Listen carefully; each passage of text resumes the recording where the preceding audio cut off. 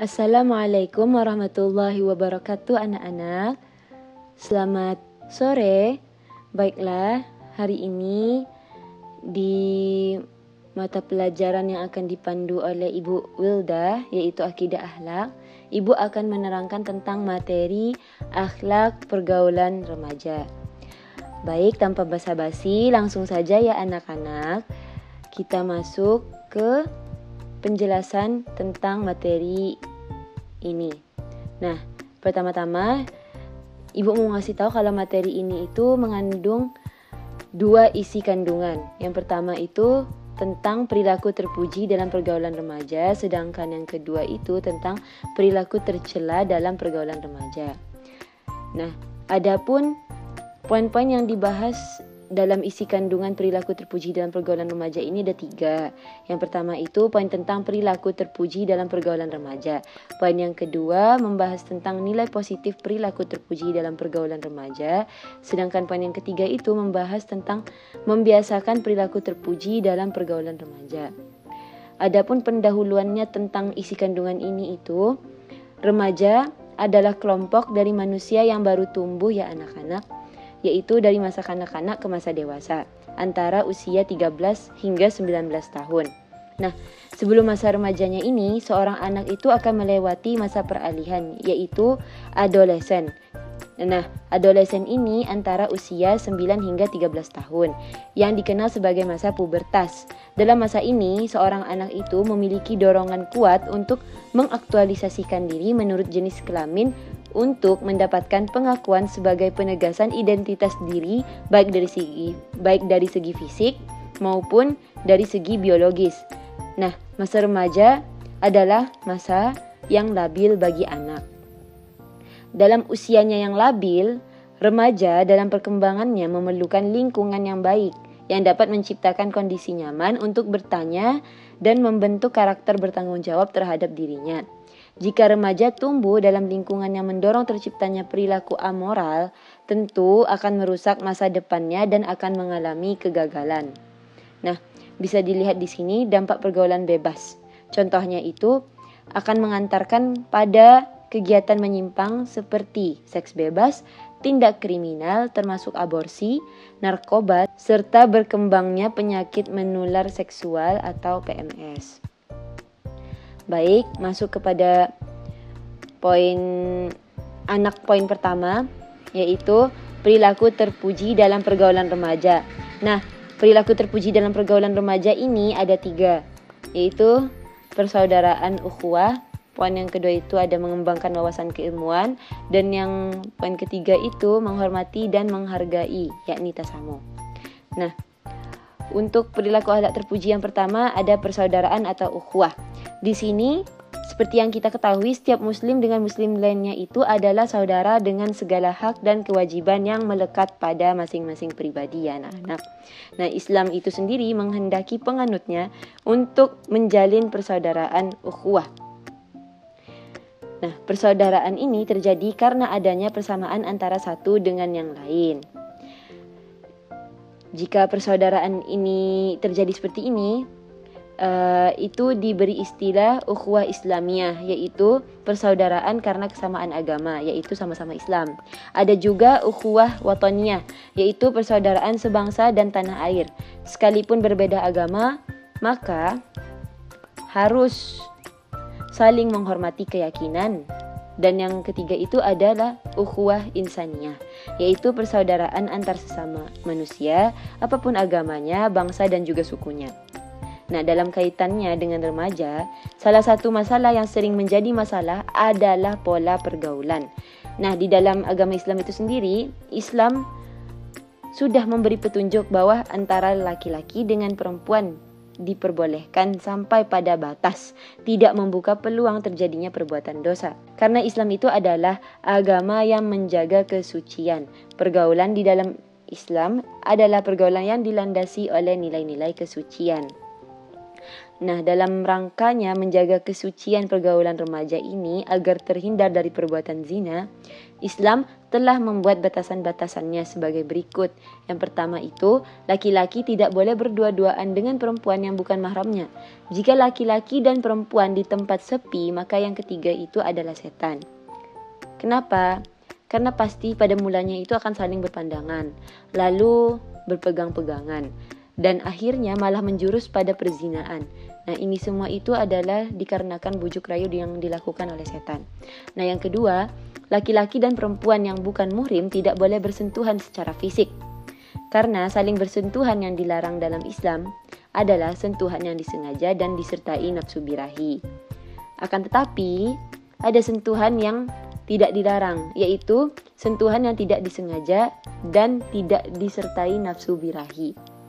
Maka sentuhan yang seperti itu adalah tidaklah dilarang.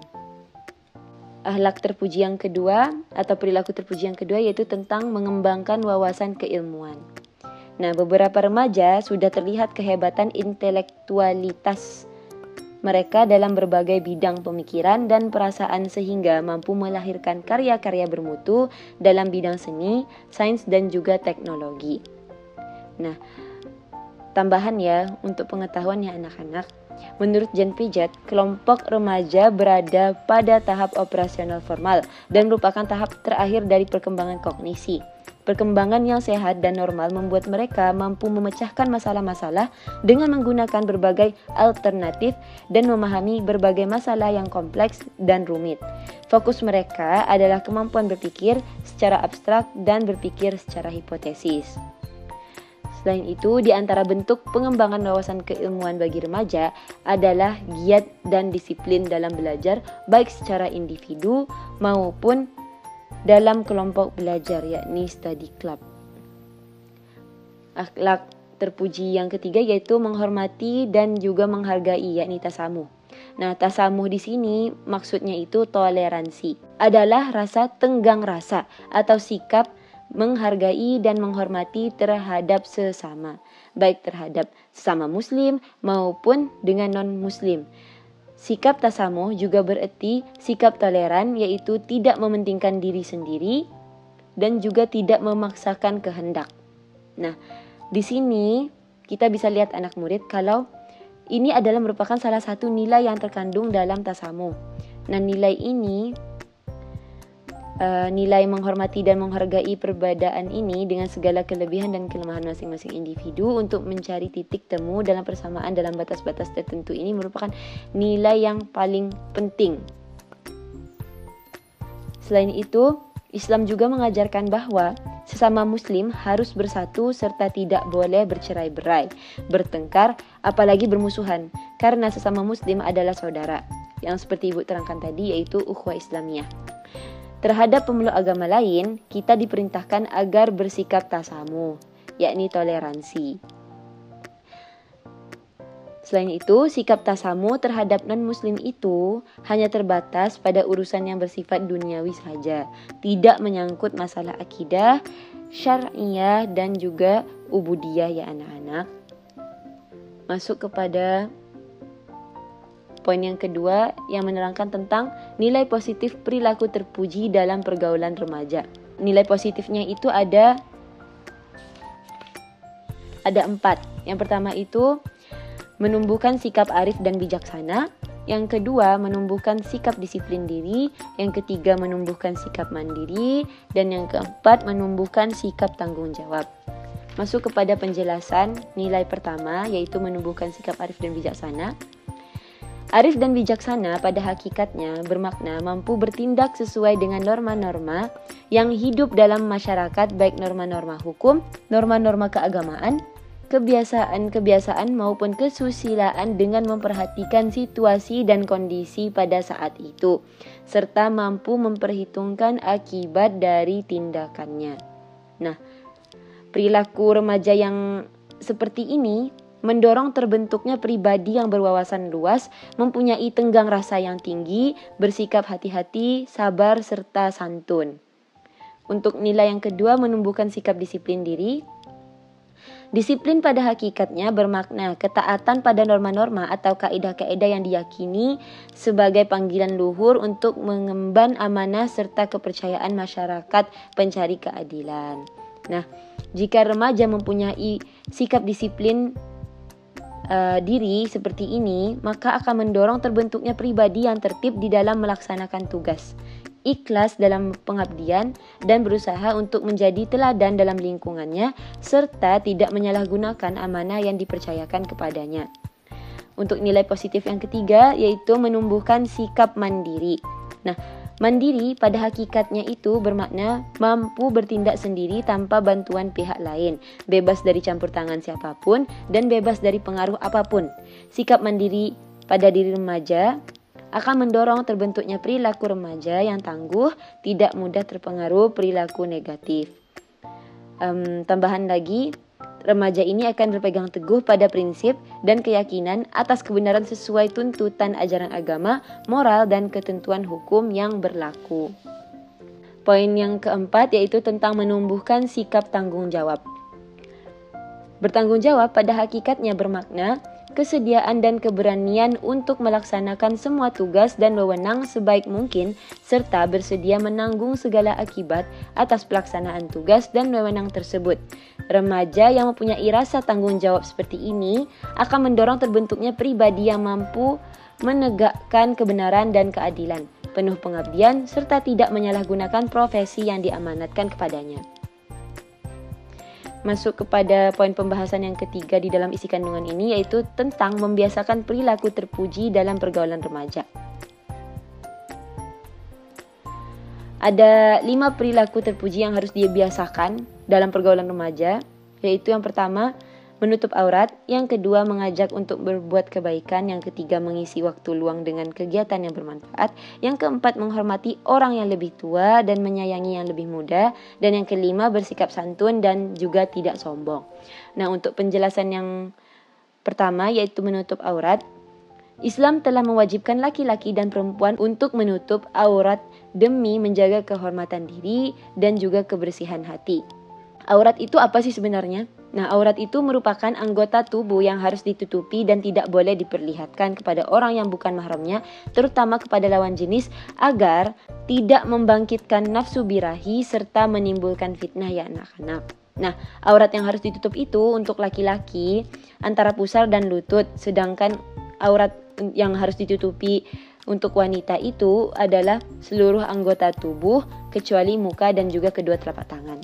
Di samping aurat, pakaian yang dikenakan tidak boleh ketat sehingga memperhatikan lekuk anggota tubuh, dan juga tidak boleh transparan sehingga tembus pandang ya anak-anak. Nah, untuk penjelasan poin yang kedua, mengajak untuk berbuat kebaikan.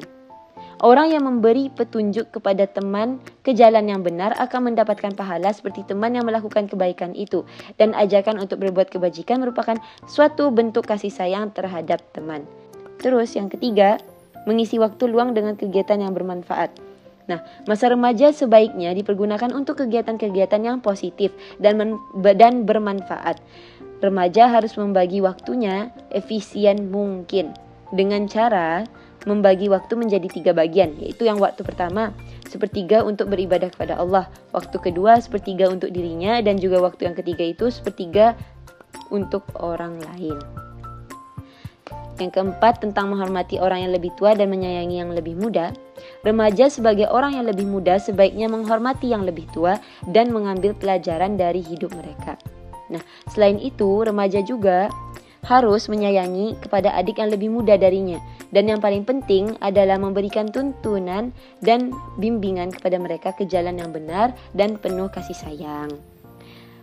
Untuk poin yang kelima, tentang bersikap santun dan juga tidak sombong. Dalam pergaulan ataupun dalam bergaul, penekanan perilaku yang baik sangat ditekankan agar teman bisa merasa nyaman berteman dengan kita. Kemudian, sikap dasar remaja yang biasanya ingin terlihat lebih dari temannya sungguh tidak diterapkan. Berarti jangan dilakukan, karena dalam Islam itu sombong merupakan sifat tercela yang sangat dibenci oleh Allah Subhanahu wa Ta'ala. Baik, selanjutnya kita akan masuk ke isi kandungan yang kedua, yaitu tentang perilaku tercela dalam pergaulan remaja. Nah, perilaku tercela dalam pergaulan remaja ini membahas tentang 3 poin, yaitu poin pertama tentang perilaku tercela dalam pergaulan remaja, poin kedua tentang nilai negatif perilaku tercela dalam pergaulan remaja, dan yang ketiga tentang menghindari perilaku tercela dalam pergaulan remaja. Adapun pendahuluan tentang isi kandungan ini, perilaku tercela remaja mengambil bentuk dengan apa yang kemudian diistilahkan dengan kenakalan remaja. Nah, kenakalan remaja ini dikenal juga dengan juvenile delinquency, di mana kenakalan remaja ini adalah merupakan gejala sakit, yakni patologis, secara sosial pada anak-anak dan remaja yang disebabkan oleh satu bentuk pengabaian sosial, sehingga mereka mengembangkan bentuk perilaku yang menyimpang. Istilah kenakalan remaja mengacu pada suatu rentang yang luas dari tingkah laku yang tidak dapat diterima sosial sampai pelanggaran status hingga tindak kriminal. Langsung saja ke poin pembahasan yang pertama, yaitu tentang perilaku tercela dalam pergaulan remaja. Ada 4 perilaku tercela, yaitu perilaku tercela yang pertama, pergaulan bebas, yakni free sex. Nah, dalam lingkungan masyarakat yang bernorma, hubungan seksual sebelum atau di luar nikah tidak dapat dibenarkan, khususnya norma agama, sosial maupun moral, dan dianggap sebagai bentuk penyimpangan perilaku dalam kehidupan masyarakat. Kenapa begitu? Karena hubungan seksual akan dianggap sah dan dibenarkan apabila seseorang sudah resmi menikah. Jenis hubungan seksual semacam ini dapat berupa pelacuran, kumpul kebo, dan juga perkosaan. Naluri seksual yang tidak terkendali atau dilakukan tanpa aturan akan mendatangkan kekacauan di masyarakat. Antara lain adalah terjangkitnya penyakit kelamin, perkelahian, dan kesulitan menentukan orang tua biologis dari anak-anak yang dilahirkan. Selain itu, terjadi pula ancaman yang serius terhadap bayi-bayi yang dilahirkan sehingga berdampak pada pelanggaran hak asasi manusia, yaitu HAM, seperti aborsi dan pembunuhan bayi-bayi yang lahir dari hubungan yang bebas tersebut. Poin perilaku tercela yang kedua yaitu tawuran antar pelajar. Masalah kenakalan remaja sering menimbulkan kecemasan sosial karena dapat menimbulkan kemungkinan generasi yang tidak baik, sebab anak yang diharapkan sebagai kader penerus bangsa tergelincir ke arah perilaku yang negatif. Nah, perbuatan-perbuatan kenakalan anak yaitu diantaranya dapat berupa perkelahian atau tawuran. Pada umumnya, tawuran diawali oleh konflik yang terjadi antara siswa di dalam satu sekolah atau siswa antar sekolah. Karena perasaan solidaritas antar siswa di dalam sekolah masing-masing, perkelahian akan meluas dan menghasilkan konflik antar siswa dari sekolah yang berlainan. Poin perilaku tercela yang ketiga yaitu mengkonsumsi minuman keras. Alkohol dapat disebut sebagai racun protoplasmik yang mempunyai efek depresan pada sistem saraf, sehingga orang yang mengkonsumsi minuman alkohol atau minuman keras ini secara berlebihan akan kehilangan kemampuan untuk mengendalikan diri, baik secara fisik, psikologis, maupun sosial. Oleh karena itu, pemabuk atau alkoholis, yakni pencandu alkohol maupun pengedar minuman keras, dianggap melanggar norma-norma sosial dalam masyarakat. Untuk poin tercela yang keempat yaitu penyalahgunaan narkoba. Penyalahgunaan narkotik dapat disebut penyimpangan perilaku karena melanggar norma hukum yang berlaku di masyarakat. Penggunaan obat-obatan jenis narkotik telah diatur dalam seperangkat peraturan yang sifatnya formal. Oleh sebab itu, penggunaan narkotik hanya dianggap sah apabila digunakan untuk kepentingan medis atau pengobatan di bawah pengawasan ketat pihak berwenang seperti dokter. Untuk poin pembahasan yang kedua dalam isi kandungan ini yaitu nilai negatif perilaku tercela dalam pergaulan remaja. Ada 3. Yang pertama, bertentangan dengan nilai-nilai ajaran agama. Yang kedua, hilangnya budaya malu. Dan yang ketiga, menimbulkan masalah kesehatan. Huraian poin pertama tentang bertentangan dengan nilai-nilai ajaran agama. Kekerasan dan tawuran antar pelajar, bahkan antar mahasiswa ataupun antar kelompok masyarakat juga tak jarang kita jumpai beritanya. Nah, untuk perilaku reaktif dan emosional secara berlebihan seperti ini yang kadang-kadang hanya dipicu oleh hal-hal sepele, amuk massa secara beringas melawan aparat atau unjuk rasa yang berbuntut perilaku anarkis sering kita saksikan juga beritanya di TV maupun di koran. Perilaku reaktif dan emosional secara berlebihan yang kadang-kadang hanya dipicu oleh hal-hal sepele, amuk massa secara beringas melawan aparat atau unjuk rasa yang berbuntut perilaku anarkis sering kita saksikan beritanya. Perilaku tersebut jelas bertentangan dengan nilai-nilai ajaran agama. Untuk poin negatif yang kedua, hilangnya budaya malu. Hadirnya kecanggihan teknologi dan informasi membawa dampak positif dan juga negatif secara bersamaan. Hal ini menyebabkan pergeseran nilai budaya suatu masyarakat, di antaranya adalah hilangnya budaya malu. Dan dalam pandangan Islam, hilangnya rasa malu mengakibatkan seseorang mudah berbuat maksiat. Di sini tambahan, remaja yang mempunyai rasa malu, kenapa hal hilangnya budaya malu ini termasuk di dalam nilai negatif? Karena remaja yang mempunyai rasa malu, masih mempunyai rasa malu, bila melakukan kesalahan maka orang merasa martabat atau harga dirinya itu akan jatuh. Orang sangat menjunjung harga dirinya sehingga apa saja yang dapat merusak martabatnya sebagai manusia akan disingkiri atau disembunyikan. Itulah pentingnya ada rasa malu. Hal ini tentu berbeda dengan remaja yang kehilangan budaya malunya. Mereka cenderung bangga dengan perilaku tercela yang telah ia lakukan dan bahkan merasa apa yang diperbuat dianggapnya sebagai kebenaran. Nilai negatif yang ketiga yaitu menimbulkan masalah kesehatan. Dampak pemakaian narkoba sangatlah luar biasa. Berbagai masalah multidimensi pun bermunculan, mulai bidang kesehatan, sosial, kriminal hingga ekonomi. Di sektor kesehatan, misalnya beberapa penyakit seperti hepatitis dan HIV atau AIDS merupakan buah dari penyalahgunaan narkoba. Sedang dampak minuman keras bagi yang mengkonsumsinya adalah mabuk, sehingga dapat menyebabkan cedera dan kematian. Penurunan kesadaran seperti koma dapat terjadi pada keracunan alkohol yang berat, demikian juga henti nafas dan paling fatal atau parahnya adalah kematian. Masuk kepada poin yang ketiga yaitu tentang menghindari perilaku tercela dalam pergaulan remaja. Ada 3 cara untuk menghindari perilaku tercela dalam pergaulan remaja, yaitu yang pertama, meningkatkan kadar iman dan juga amal soleh. Nah, menaruh kepercayaan secara tulus kepada Allah Subhanahu Wa Taala sebagai Khalik atau yang menciptakan kita itu akan menjadikan manusia sebagai sosok insan yang memiliki visi dalam hidup, di mana visi ini selalu akan diperjuangkannya dengan segenap usaha dan kerja keras sebagai rasa kepeduliannya terhadap kemaslahatan semua orang yang ada di sekitarnya. Yang kedua, dengan meningkatkan kualitas akhlak dan juga etika bergaul. Manusia adalah makhluk yang tidak bisa hidup menyendiri atau terisolasi dari kehidupan sosial. Manusia mutlak membutuhkan satu sama lainnya untuk survive atau bertahan hidup.